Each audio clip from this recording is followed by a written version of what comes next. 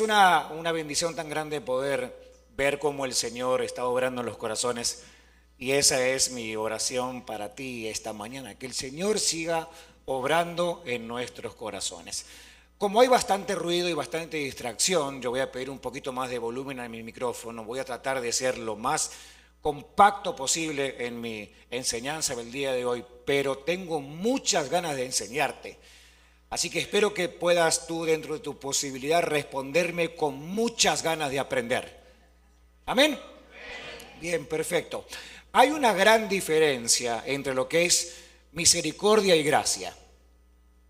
Y la diferencia yo podría explicártela de la siguiente manera. Misericordia es cuando Dios no te paga lo que te correspondería cobrar.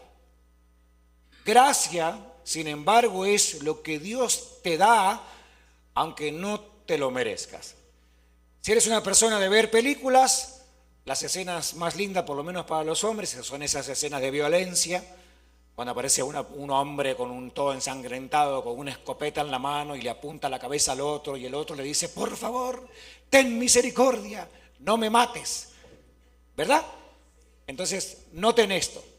La misericordia es que esa persona, obviamente, en este caso que estoy dando como ejemplo, no reciba su merecido y simplemente no se le dispare, o sea, no se le mate, y la persona ya más pudiente o señor de la situación se voltea de la escena y se va y sigue caminando. Eso es misericordia. ¿Entienden cuando Dios es un Dios misericordioso? Cuando decimos que Dios es un Dios misericordioso, decimos que Dios no nos pagó, pongan atención, no nos pagó como lo merecíamos. ¿Saben qué merecíamos? Merecíamos muerte, merecíamos castigo, merecíamos reproche, merecíamos cargar en nuestros propios lomos la culpa de nuestro propio pecado, sin ningún intercesor, sin ningún mediador, sin nadie que nos quite la culpa. Cuando Dios tiene misericordia es que no te da lo que te corresponde. ¿Sabes lo que te corresponde? Castigo. ¿Sabes lo que te corresponde, dice la Biblia? Muerte. Cuando Dios te da gracia y te entrega algo por gracia, lo más precioso que Dios nos entregó por la gracia fue a su Hijo Jesús. ¿Ahora lo merecíamos? Por supuesto que no, pero recibimos todos los beneficios de justamente entender esto por la gracia. La gracia lo que hace, mis queridos hermanos, es cubrir nuestra falta, pero no solamente cubre nuestra falta, sino que nos otorga lo que nosotros no merecemos. Lo voy a decir otra vez más despacio. La gracia no solamente nos cubre nuestra falta, sino que nos hace disfrutar de parte de Dios lo que nosotros no merecemos. Lo que estuvimos el domingo pasado, revisamos algunos pasajes de la famosa historia de Melfiboset, quien fuera nieto del rey Saúl, y vimos algunas cosas, no muchas, pero algunas. Debo agregar, para retomar el mismo sermón o la continuación de la misma idea principalmente, que lo que hace el rey David, era quien se había comprometido a tener a Melfiboset otra vez con él, no es solamente tener misericordia de él, no es solamente no darle lo que él merecía. Melfiboset, recordamos, era un niño que de niño, por culpa de alguien más, había quedado lisiado de sus pies, había quedado paralítico. Él estaba en Lodebar, en la casa de alguien, en un sitio llamado así de raro, Lodebar, nada que ver con un bar, sino se llamaba así el lugar, Lodebar. Así que Melfiboset tenía que morir en ese lugar, y tenía que morir inclusive en esa posición. Lo que el rey David hace no solamente es otorgarle misericordia, póngame atención, sino que invitarlo a sentarse en la mesa. ¿Se recuerdan la historia? El rey David lo que hace es devolverle a él todo lo que como herencia le tocaba. La tierra de los abuelos, la tierra de su padre, los trabajadores de la tierra. El rey David arma todo el escenario para que a Melfiboset no le faltara nada financieramente.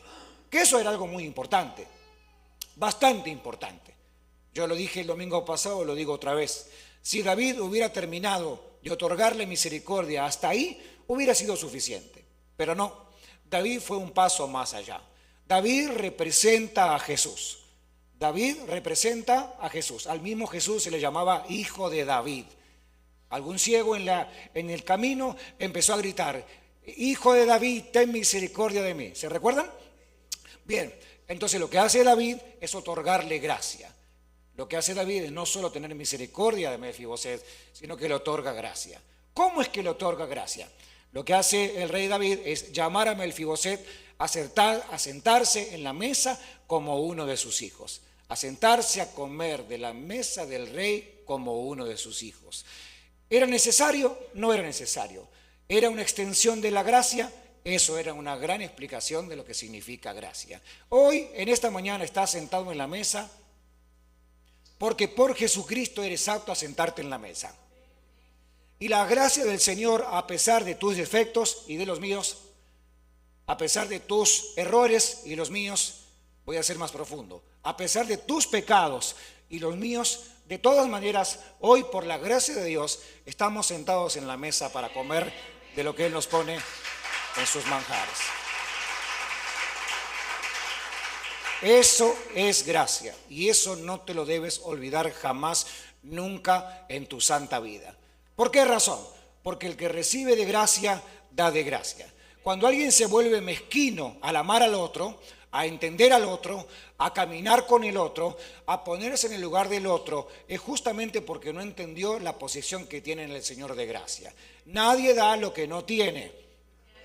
Vamos a amar al prójimo como a nosotros mismos. Si no te amas y no entiendes el amor y no entiendes que estás sentado en la mesa por amor y nada más que por amor, no te lo mereces. Hoy no quiero endulzarte el oído. No te lo mereces. Diga conmigo, usted ahora repítamelo a mí, y usted tampoco. Sí, por la duda, digo, por ahí ustedes piensan que yo sí y ustedes no. Ya ven que a los argentinos todo nos va bien. ¿O no? No, sin entrar en detalles. No quiero hablar del partido de ayer, no. ¿Alguno de aquí le gusta mirar películas? ¿Algún pecador? Personalmente, y obviamente Pablo lo sabe muy bien porque es mi compañera de viaje, yo soy muy malo para ver películas. Me gana la impaciencia. A mí me parece un tiempo invertido, qué sé yo. Prefiero comer palomitas o tomar soda o qué sé yo, cualquier otra cosa, que no tanto estar 2 horas. Cuando éramos novios, déjenme contarle algo, a ustedes que les gustan los chismes santos. Cuando éramos novios, obviamente la gran cita era en un cine. ¿Cuántos de novios iban al cine?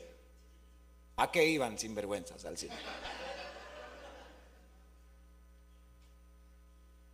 Las películas que íbamos a ver, que en ese momento, claro, que elegíamos, intentábamos que fueran de amor, o por lo menos yo le intentaba que que la trama de la película no fuera algo demasiado grosero. Hasta que Paola se dio cuenta que yo me dormía y ella lloraba, ¿no? Esa era la dinámica del cine, era ella en llantos por lo que la emoción y yo dormido por el aburrimiento. Entonces de repente cambiamos, ¿no? Cambiamos la trama de la película. Entonces esta me convino mucho más a mí por 2 razones. Las películas de acción, obviamente porque es acción, ¿no? Carros volando, personas sin brazos, todas esas cosas que a los hombres nos interesan bastante más. No, sangre chorreando, salvo ustedes, a los hombres. La otra cosa de ese tipo de películas era como tenía escenas fuertes o de choques o de muertes, Paola por el miedo, por la impresión me agarraba el brazo. Me agarraba el brazo. Entonces yo dije, esta movie me beneficia. 2 cosas, me gustan a mí mirarlas y de paso aprovecho. La tengo un poquito más cerca. Hablando de películas, hay un personaje que me gusta muchísimo. Ustedes saben, yo desde que conocí a Laura y a Alejandro, que son los chinos de la iglesia, yo amo a los chinos. ¿Conocen a este personaje? Jackie Chan, buenísimo este tipo. Es muy simpático, está completamente chiflado. Y he leído un poco de su biografía para contártela a ti de manera rápida. Él ya filmó aproximadamente 50 películas o más para Hollywood. Viene él siendo actor desde los años 70. Así que aproximadamente en el tiempo en el que yo nací. Él ahora tiene unos 72, 73 años más o menos. Lo más interesante de este personaje es que las escenas de peligro las hace él, o por lo menos en su gran mayoría las hacía él. También aprendí que tuvo como 10 accidentes muy graves. Y hablando de películas, las de él me divierten bastante y sí las puedo aguantar mirar. Pero sobre todo, te cuento algo curioso, me gusta mirar el final de la película. Digo, después de los títulos. ¿Sí? ¿Me sigue la idea?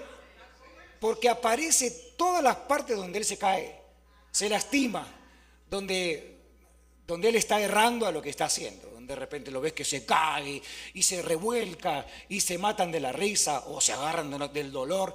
Esa parte, usted dirá, pastor, estás mal del cerebro, posiblemente.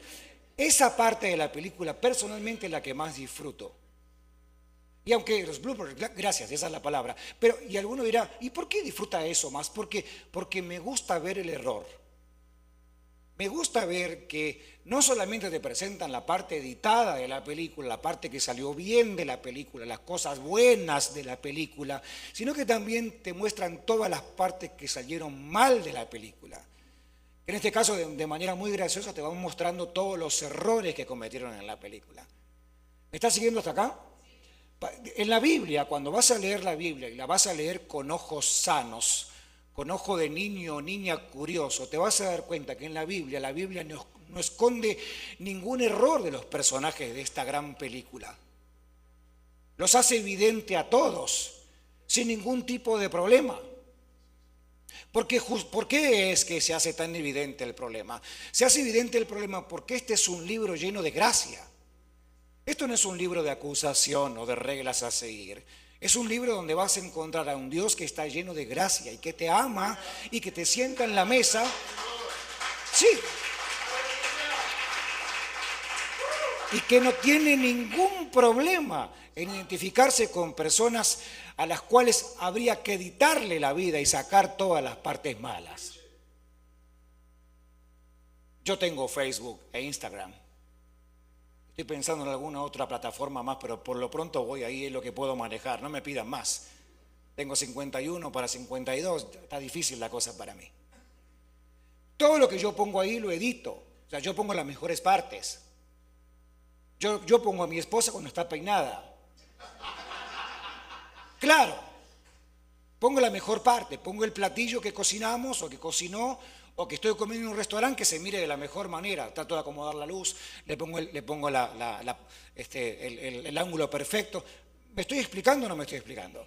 Yo no pongo ahí para que ustedes chismosos miren todas las partes. Yo no pongo eso. Y uno se acostumbra en la vida, aún en su relación con Dios y con la misma iglesia, a siempre no mostrar, a no ser vulnerables ante la situación que estoy pasando o aún cómo me siento. Inclusive de nuestro pasado, que aunque perdonado por el Señor, es nuestro pasado al fin. Es parte de nuestra historia, que yo no puedo editar, que no puedo quitar de mi vida como si fuera una edición de película para mostrarte solamente la obra terminada y lo mejor de mí. ¿Estás acá conmigo? Pedro, me encanta Pedro, ustedes saben que yo amo a Pedro porque Pedro, como siempre digo en cada enseñanza, Pedro era de mamá argentina, papá salvadoreño o de abuelita guatemalteca, hoy también tenía sangre mexicana. Pedro es excelente para representarnos a todos nosotros. Vayan conmigo a la Biblia de forma muy rápida, a Juan, Evangelio de Juan, capítulo 18, versículo 18. Y si tienes Biblia de papel, te vas a quedar en Juan todavía, no cierres tu Biblia para leer otros pasajes más del mismo libro. Ahora Pedro está a punto de negar a Jesús. Jesús está siendo detenido para ser apresado y obviamente para luego ser muerto o asesinado, mejor dicho. Así que ahora están en las últimas arreglos, si puedo decirlo así, para la sentencia a El Salvador. De repente ahora Pedro se encuentra en esa gran encrucijada y te muestro algo que me parece tremendamente curioso que aprendí junto con ustedes. Juan 18, 18 dice que los criados y los guardias estaban de pie alrededor de una fogata que habían hecho para calentarse, pues hacía frío. Pero también Pedro estaba de pie con ellos calentándose. Lo que aparece acá y lo que va a relatar ahora el Evangelio de Juan en el capítulo 18, 19 y 20 y 21 es la negación de Pedro a Jesús. ¿Cuántas veces niega Pedro a Jesús? ¿Cuántas? Algunos dicen que es porque Jesús le sanó la suegra a Pedro. Entonces, en represalia, lo que hace Pedro es obviamente negarlo. Están en la puerta del templo y hay una fogata porque literalmente hacía frío. Cada curiosidad que la Biblia diga es por algo es. La palabra fogata acá está hablando justamente de un carbón encendido, del olor del carbón encendido. ¿Alguno se recuerda de ese olor? Lo haya usted hecho en su casa o lo venga trayendo en su mente de su país natal. ¿Se lo recuerdan? Bien, perfecto. Seguimos avanzando y ahora van a notar por qué. Vamos a Juan, capítulo 21, versículo 9 en adelante. Juan, capítulo 21, versículo 9 en adelante. Al desembarcar, vieron unas brasas con un pescado que estaba encima y un pan. Traigan algunos de los pescados que acaban de sacar, dijo Jesús. Simón Pedro subió a bordo y arrastró hasta la playa la red, la cual estaba llena de pescados de buen tamaño, eran 153. Pero a pesar de ser tanto en la red, no se rompió. Vengan a desayunar, dijo Jesús. Ninguno de los discípulos se atrevía a preguntarle quién eres tú, porque sabían que era el Señor. En el versículo número 9 nos dice que al desembarcar, los discípulos encontraron unas brasas, encontraron una fogata. Póngame atención. La palabra que se traduce en griego para la fogata del verso 18, para lo que es la fogata del verso 9, se traduce exactamente de la misma manera. La razón por la cual está así, esto de la misma manera, es para que recordemos que a veces, póngame atención, los olores, las situaciones traen memoria. A ver, voy a explicarlo esto un poquito más rápido. ¿Hay alguna planta, alguna flor que te hace recordar a tu infancia?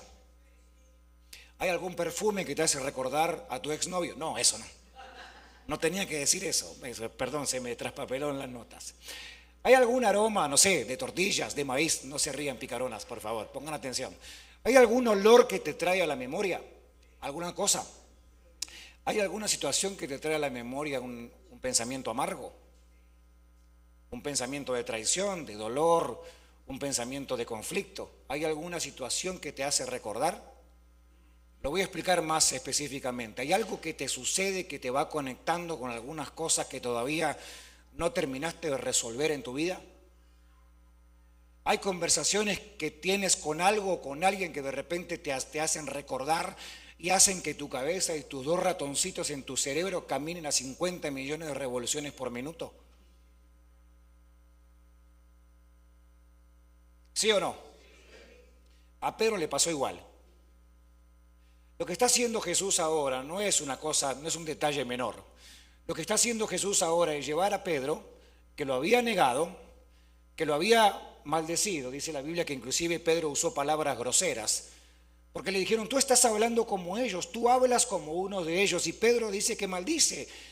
Es decir, usó palabras groseras para que dijeran, no, él no puede ser, porque él hablaba diferente antes, ahora ya no habla de esa misma manera. Así que él actúa algo que no es y se saca el peligro de encima. ¿Cuál era el peligro para Pedro? Que si era un seguidor de Jesús, también lo iban a apresar y a matar como a Jesús. ¿Qué hace Pedro? Mejor lo niega. Da un paso para atrás y dice, yo con él no tengo nada que hablar. Y con él tampoco tengo nada que ver.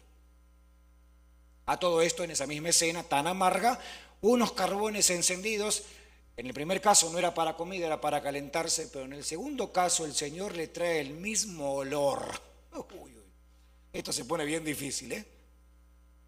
Pero ahora este nuevo olor no era un olor de caprichos y de reproches. Miren, caramba, yo me imagino a Pedro pensando el día que me encuentre con Jesús, lo acabo de negar, lo acaban de matar, y si acaso se cumple su promesa que un día se levante, el Señor me va a decir de todo. Me va a reclamar de todo. La gracia de Jesús no se parece en nada a las cuotas que nosotros estamos acostumbrados a pagar. Alguien que muy amablemente me acerque rápidamente una tarjeta de crédito que tenga en su mano, por favor, de esas que no tienen límites, si es posible. Porque para explicarte, ¿tiene o no tiene, hermano? ¿Tiene o no tiene? No tiene. ¿Esa sí tiene? Préstamela entonces. Gracias, hermano. Gracias por la celebración del Día del Pastor, hermano. Gracias por el regalo. Bueno, tengo dos. ¿Qué les parece? Déjenme explicarles esto y apréndanlo conmigo rápido. Uno cree que Dios actúa de la misma manera que una tarjeta de crédito. Porque la tarjeta de crédito te lo presta por ¿cuántos días? ¿Tu tarjeta por cuánto te los presta? Por 30 días. Y el día número 31 se acabó la gracia. ¿Y esta? ¿Cuántos días? Igual también. Qué barbaridad. La mía es de 45. Eso es un préstamo que en algún momento te lo voy a cobrar y eso no es gracia. Eso es un préstamo que te estoy dando nada más, pero en un momento te la cobro. Y eso no es gracia, eso es un préstamo. A veces los creyentes, ustedes y yo pensamos que Dios es un Dios que presta, pero que luego te lo va a pedir de regreso con creces. Eso no es gracia, eso es un préstamo. Cuando Pedro está sentado con Jesús para desayunar, la mesa, la comida, ¿se acuerdan que la mesa también tiene que ver con el reino? La comida y el olor a carbón, en un momento Pedro siente el olor y piensa, caramba, este olor es olor a traición. Este olor yo lo conozco como el olor en el momento en el que yo negué a Jesús. Y ahora Jesús usa el mismo olor y le dice, no te preocupes, ese olor ya no es olor de acusación, ahora es un olor de gracia. Sentados, entonces Jesús come con los discípulos, le prepara un desayuno maravilloso, lo que pasa alrededor de la mesa cuando hay gracia. Alguno dirá, bueno, la gracia significa que no hay cambios, la gracia significa que no depende o no requiere nada de mí. No, miren, eso no es así. La gracia requiere tu comportamiento una vez que entendiste lo que es gracia. Lo diré más despacio. La gracia requiere tu respuesta y tu comportamiento una vez que comprendes exactamente lo que significa gracia. La gracia es Jesús en la misma escena haciendo un pescado con un pan, diciéndole, vengan muchachos, siéntense, vamos a comer y vamos a charlar. Vamos a comer y vamos a platicar, vamos a comer, van a recibir gracia, pero ahora vamos a comenzar a conversar de cómo es que se van a comportar desde este momento en adelante. ¿Están acá conmigo? Bien, Juan 21, vamos ahí. Te estoy enseñando el libro de Juan en un momento nada más, pero bueno, vamos a ver cómo nos sale. ¿Cuántos se acuerdan la conversación entre Jesús y Pedro a la hora de la sobremesa? Esta conversación sucede después que Pedro come. Panza llena, corazón contento. ¿Lo leemos juntos? Cuando terminaron de desayunar, Jesús le preguntó a Simón, Simón, hijo de Jonás o hijo de Juan, ¿me amas más que estos? Sí, Señor, tú sabes que te quiero, contestó Pedro, apacienta a mis corderos, dijo Jesús. Siguiente verso rápido, por favor. Y le volvió a preguntar, Simón, hijo de Jonás, ¿me amas? Pedro respondió, sí, Señor, tú sabes que te quiero. ¿Notan que Jesús dice, amas? Y Pedro contesta, quiero. Pero Jesús le dijo, cuida de mis ovejas. Por tercera vez Jesús le preguntó, Simón, hijo de Jonás, ¿me quieres? Le bajó el nivel, ¿no? Ahora me quieres, ya no me amas. A Pedro le dolió porque por tercera vez Jesús le preguntara si realmente lo quería. Así que dijo, Señor, tú lo sabes todo, tú sabes que te quiero, y entonces la invitación es apacienta, díganlo ustedes porque yo no lo veo en la pantalla. Los corderos eran lo último. Pónganme toda la atención posible. Las palabras en griego para quiero y amo obviamente van cambiando. No viene al caso, no voy a detenerme mucho en eso porque quiero tener un final contigo en la presencia de Dios orando. Sin embargo, te enseño lo siguiente. A pesar de que Jesús va cambiando el nivel de compromiso en lo que le pregunta, ¿alguno de ustedes ya había estudiado este pasaje antes? ¿O lo había leído? ¿O le había sido curiosa la conversación? Esta es una conversación de gracia. Te recuerdo que ya habían comido. Te recuerdo que ya Pedro había estado en ese momento de restauración. Te recuerdo que ya Pedro se había quitado el miedo de la negación.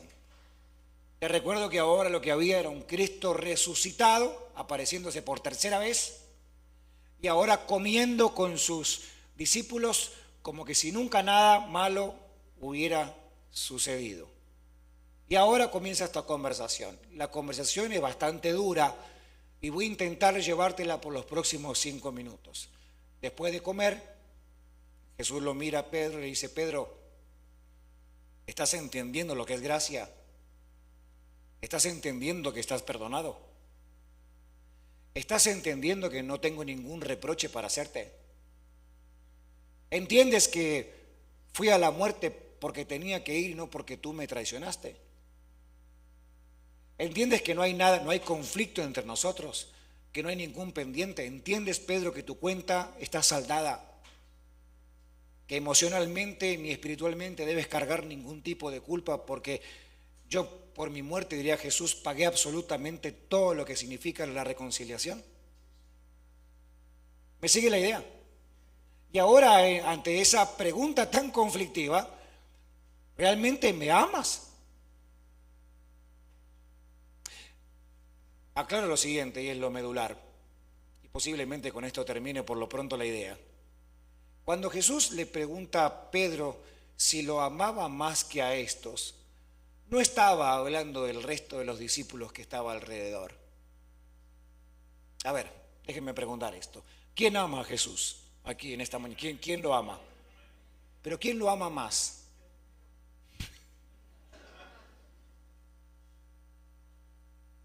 No, pero de verdad, ¿quién lo ama? ¿Quién ama a Jesús, pero de verdad, de verdad, de verdad? Dígame yo que me gustó más, pero lo voy a preguntar otra vez. ¿Quién realmente lo ama? Pero, bueno, no peléense entre ustedes, porque son 3, 4, 5, 6 que gritaron yo. ¿Cómo saber cuánto alguien ama a Jesús? ¿Cómo saberlo? Yo soy tu pastor. ¿Cómo yo sé que tú amas a Jesús o no? ¿Cómo yo sé que Samuel ama más a Jesús que Eduardo? ¿Cómo lo sé? Los dos tienen barba, los dos tienen esposas, a los dos les gusta el fútbol, los dos son hinchas del Barça. ¿Cómo lo sé? La pregunta no era si había una competencia de quién amaba más a Jesús. La gente se confunde mucho al medir el amor de Dios, de las personas hacia Dios. Hay mucha confusión en eso, porque eso no hay cómo medirlo. Alguien puede venir todos los domingos a la iglesia y no estar tan enamorado con Jesús o de Jesús que aquel que no lo puede hacer. Se pone difícil la cosa cuando uno lo analiza con ojos críticos, ¿no? Alguien que pertenece al ministerio, que es pastor, puede amar mucho menos a Jesús de que aquel recién convertido. Porque el pastor se aburre, porque es rutina, porque yo ya sé demasiado, porque yo soy mucho mejor que ustedes, además de ser argentino, claro. ¿Cómo yo sé, cómo saber si el que tengo a mi padre es una persona enamorada de Jesús o no? Jesús no está preguntando, en esta pregunta que hace, no pregunta si el otro ama más, si Juan ama más que Pedro o aquel ama más. No está hablando de una competencia entre personas, está hablando de lo que ama, de que si aman o no aman lo que están haciendo. A ver, ¿qué estaban haciendo antes de llegar a este momento? ¿Qué estaban haciendo antes de que Jesús estaba haciendo el asado en la orilla? ¿Qué estaban haciendo? Antes de comer, ¿qué hacían? ¿Estaban qué? Cuando se armó el alboroto y Jesús desaparece de la escena, todos los discípulos vuelven a hacer lo que estaban haciendo. Y Pedro es uno de ellos. Pedro es el primero en decir: muchachos, volvamos a la pesca. La pregunta que Jesús le hace a Pedro: Pedro, ¿tú me amas más que lo que haces? ¿Me amas más que lo que estás haciendo? Pedro había abrazado la identidad, su identidad en lo que él estaba haciendo. ¿Me amas más que lo que estás haciendo? Hay momentos que son realmente complicados y este es uno de estos. ¿Me amas más que a tu familia? ¿Me amas más que a tu trabajo? ¿Que a tu misma reputación? ¿Que a tu propio egoísmo? ¿Que a tu propia agenda? ¿Que a tus propios pensamientos santos y buenos según tú? ¿Me amas más? Es bastante complicada la pregunta. Ante la respuesta, Pedro es bastante honesto. Señor, tú sabes que no llego a amarte como tú quieres que te ame, pero ayúdame a hacerlo. ¿Cómo termina todo esto? Termina con una frase maravillosa que Pedro ya la había escuchado bastantes veces. Versículo número 19 de Juan 21. Pasen los chicos de la música, por favor.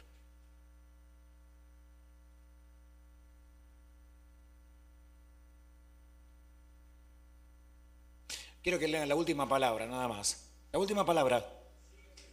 ¿Cómo? Si realmente me amas.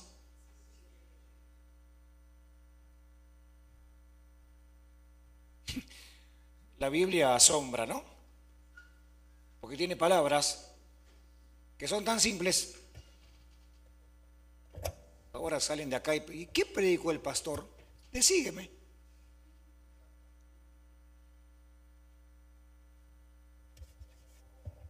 Predicó de que sintiendo la gracia y realmente amo a Jesús, mi trabajo es seguirlo. ¿Te gusta un mensaje con 3 puntos como lo hacíamos los predicadores en el tiempo antiguo? Esos son los 3 puntos. La gracia significa la mesa y la comunión, la restauración. Lo segundo, si realmente eres una persona que ama a Dios, de verdad, y quieres intencionalmente amar a Dios, hay una sola cosa que tienes que hacer: seguirlo. Y nada más.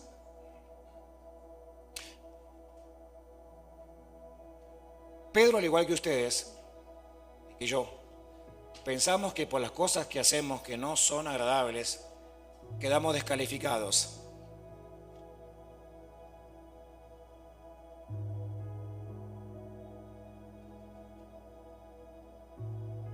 Te pregunto algo. Tu cara me lo dice, pero está bien, te lo pregunto igual. ¿Cuántas veces intentaste algún tipo de cambio, no salió y estás frustrado y frustrada hasta acá más no poder? Y le dices a Dios, Dios, o haces algo tú o te lo entrego en sacrificio vivo. Amén. ¿O cuántas veces intentaste algún tipo de transformación o cambio o hacer algo diferente en tu escenario de vida para que la cosa realmente funcione? Pedro dijo, para mí no hay más nada, mejor vuelvo a la pesca, mejor vuelvo a abrazar lo que en algún momento dejé. ¿Quieres aprender más de Pedro? Por lo menos ve con tu mente a Lucas 5. Con tu mente, quizás con tu mente. En Lucas 5 vas a encontrar lo que en la Biblia se conoce como pesca milagrosa. ¿Me sigues? En ese escenario estaba Pedro, el frustrado, el que había trabajado toda la noche y no había pescado nada. Se encuentra con Jesús, le presta la barca, Jesús se mete en la barca de Pedro, se mete en mar adentro y ocurre lo que en la Biblia relata como la pesca milagrosa. Después de ese escándalo que Jesús hace de ordenar que todos los pescados se metieran en esa red, llegan a la orilla y Jesús le dice a Pedro, ¿y ahora qué onda, Pedro? ¿Haces una taquería? ¿Haces un fish tacos? ¿O te vienes conmigo y me sigues?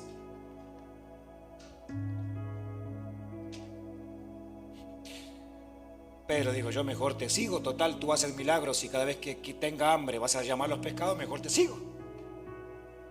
¿Me estás siguiendo la idea? Pedro pensó que nunca más iba a escuchar estas palabras. Pedro pensó que no había esperanza para él.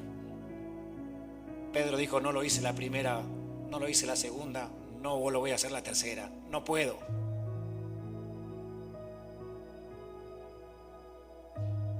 ¿Tienes ganas de amar a Dios y no sabes cómo?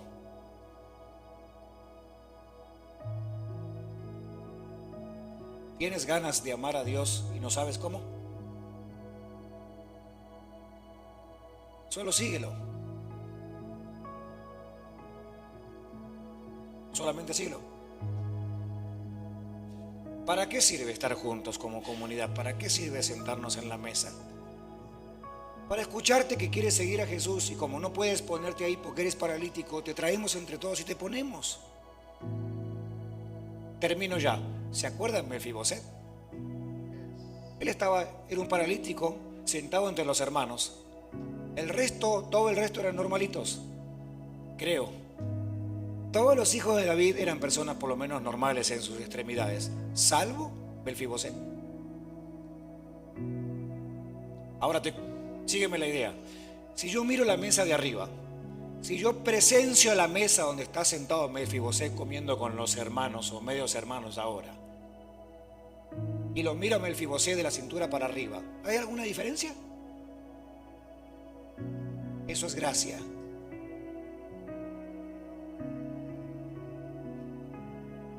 Si reconoces que tienes un pasado que mejor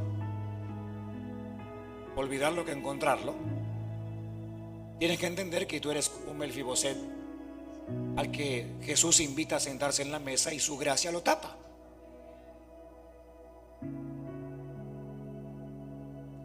Jesús tenía un gran problema. Bueno, los religiosos tenían un gran problema con Jesús. Que a Jesús le encantaba extenderle gracia a los que nadie quería en su vida. Comía y tomaba vino con la lacra de la época. ¿Se entendió lo que dije? Con el imposible. Cobrador de impuestos, mujeres de la calle, chismosos, lengua larga, pendencieros, ladrones, sinvergüenzas por donde los mires. Jesús ahí en la fiesta con ellos. ¿Sabes cuál fue la dura acusación a Jesús? Los religiosos decían una cosa horrenda de él. ¿Qué decían? Este es un glotón, bebedor de vino.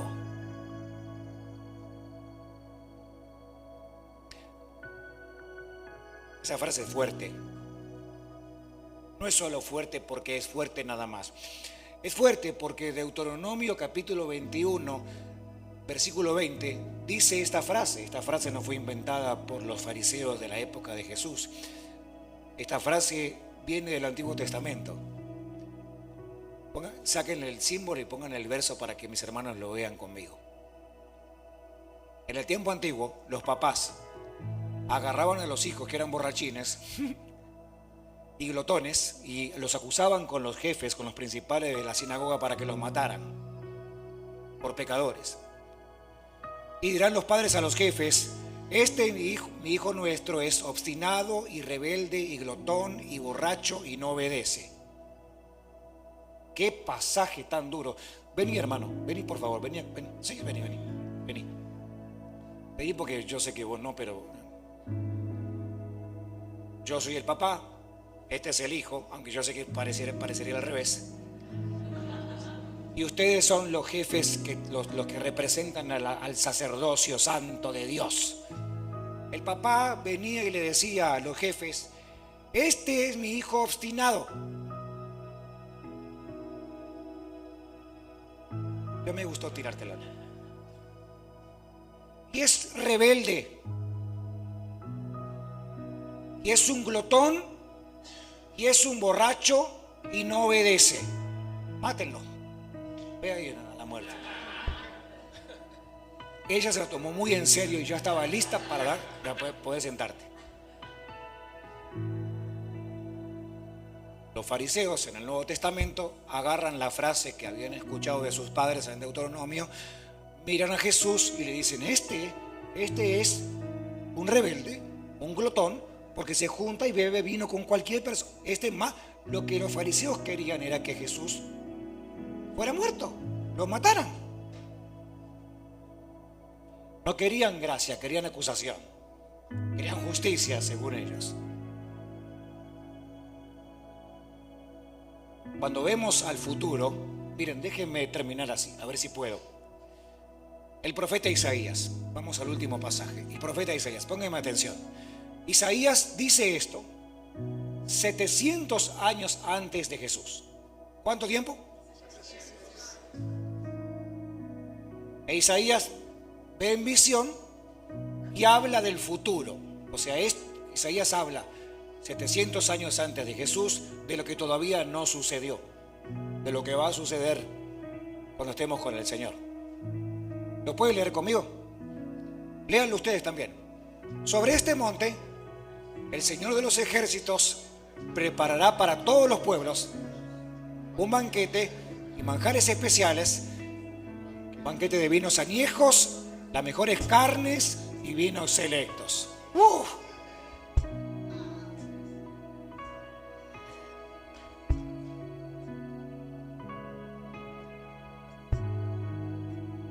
Sin reproche, comida para todos. Sin pararse en la puerta y decir, ¿cómo te portaste? ¿Cómo hiciste? ¿Te congregaste? ¿Diezmaste? ¿Mentiste? ¿Pecaste? ¿Ofendiste? Para todos. Cuando yo leo este pasaje, a mí no me cabe duda que el Edén está en Argentina.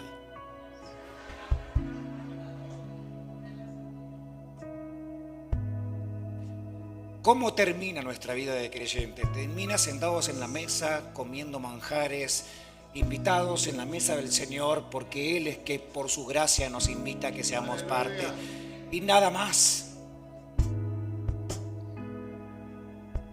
Ponte en pie conmigo, por favor.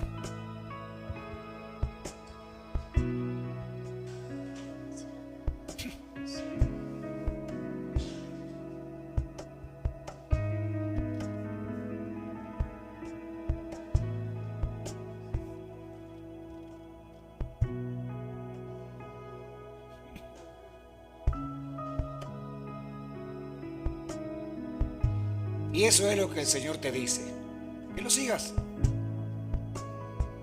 Nada más.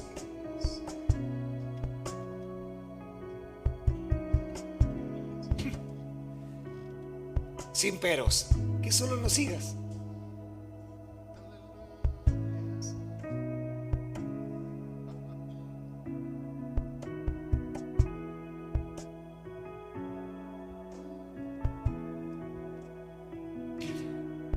Hagamos algo diferente. Prendan la luz, por favor, son tan amables. Disculpen que no lo avisé antes. Prendan la luz. Eso es.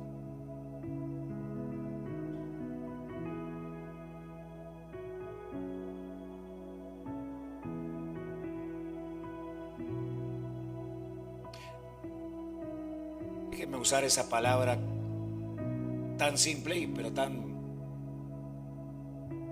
cómoda a la vez.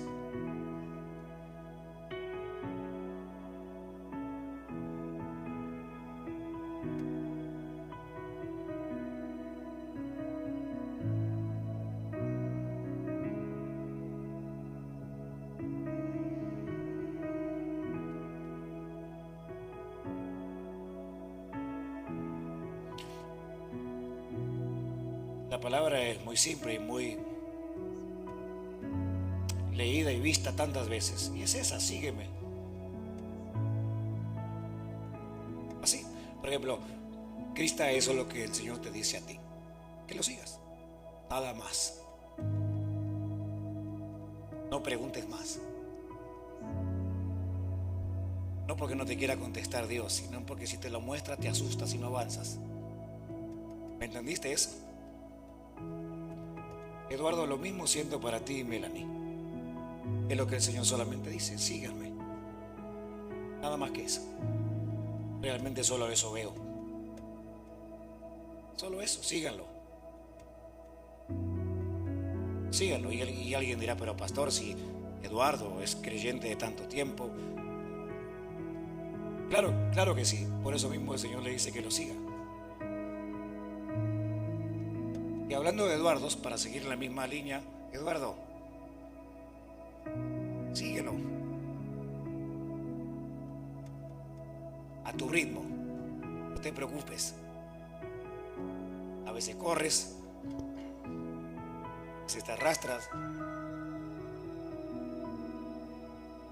seguir a Jesús no es una carrera de velocidad, es una carrera de resistencia. Nunca te olvides eso. Una muy buena frase para el Facebook.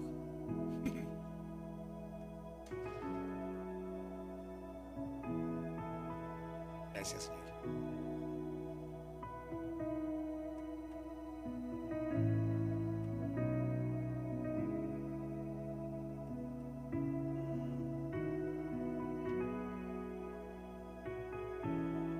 ¿Todo bien por el fondo? Hay un olor a recompensa por ahí por el fondo. Y eso es para ustedes dos, Joel y esposa. ¿Cuánta recompensa Dios puede hacer y traerte? Solamente mantente siguiéndolo. Y lo sorprendente es que Dios te recompensa. No me preguntes cómo, pero Él es experto en recompensar a quien lo sigue. No sé más, solo síguelo. Siendo honestos, brutalmente honestos, y no sea usted chismoso, por favor. ¿Hay alguien aquí que ha pensado últimamente si realmente vale la pena seguir a Jesús? No porque no lo ame, sino porque cuesta. Si hay alguien, levante la mano, por favor.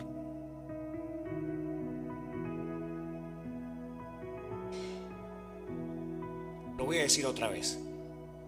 Esto no es una acusación, es una invitación. Si te cuesta, si Señor realmente vale la pena seguirte, tú no tienes la culpa, pero realmente todo lo que me rodea vale la pena seguirte. Eso es lo que estoy intentando decir. No sé si lo dije bien, pero es lo que estoy intentando decir.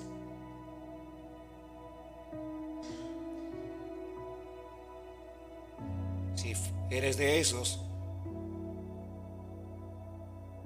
lo que te va a pasar es que Dios va a contestarte por lo menos la primera parte de lo que estás esperando. Y eso te va a dar un empujón y un entusiasmo que vas a decir, sí, valió la pena. Sí, valió la pena.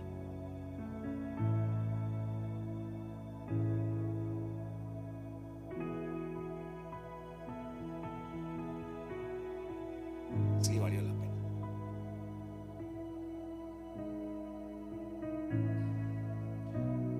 ¿Ustedes disfrutan estos momentos o les incomoda o cómo ustedes toman estos tiempos? ¿Bien? ¿Mal? ¿Más o menos?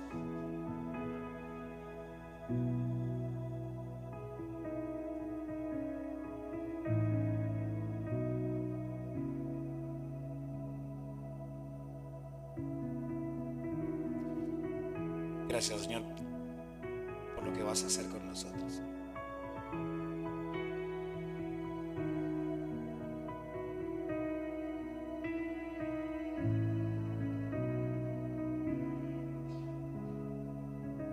Alguien dice, y si sigo a Jesús y me imponen cambios, te cuento algo, Jesús cambia. Y cambia lo que Jesús quiere cambiar. ¿Qué le pasó a Pedro? Bueno, tenía que ajustar un poquito su visión. Pedro, ¿me amas? Ay, Señor, no sé si te amo tanto, solo te quiero.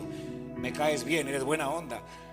Y la conversación con Jesús hizo que la gracia del Señor realmente fluyera en Pedro y Pedro hiciera los cambios que tenía que hacer. Solamente sigue a Jesús. Si hay cambios que hacer, bueno, lo hacemos.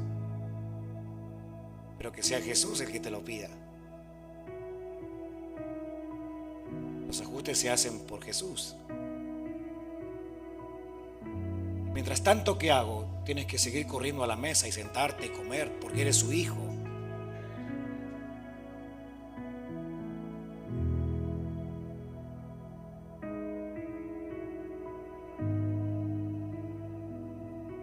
Gracias, Señor. Hablando de recompensas, Luz, así es como te veo.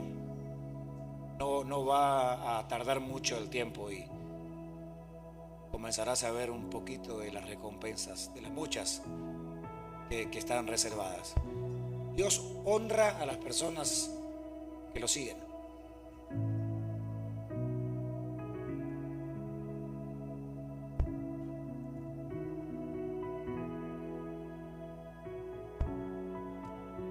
A veces vamos despacio, a veces corremos, como Eduardo, ¿no? A veces sí, a veces a toda velocidad y estamos que queremos todo y que creemos por todo y que nuestra fe está tan grande como el mundo. Y hay momentos donde uno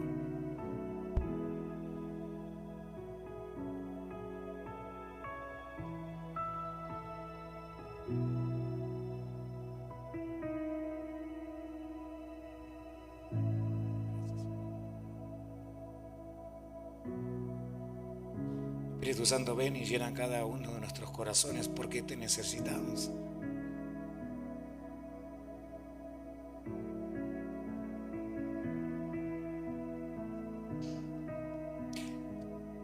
Gracias por recordarme a mí cuánto me amas. Recordarme a mí lo que significa la gracia.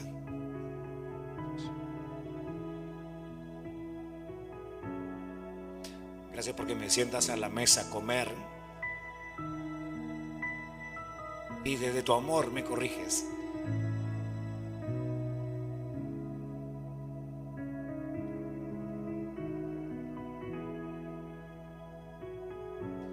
Gracias porque no soy descartado por lo que me hace falta corregir.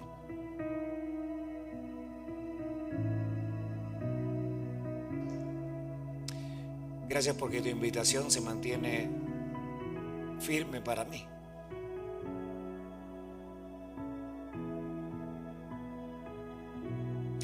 Espíritu Santo, mientras te cantamos, síguete moviendo en medio de nosotros. En nombre de Jesús.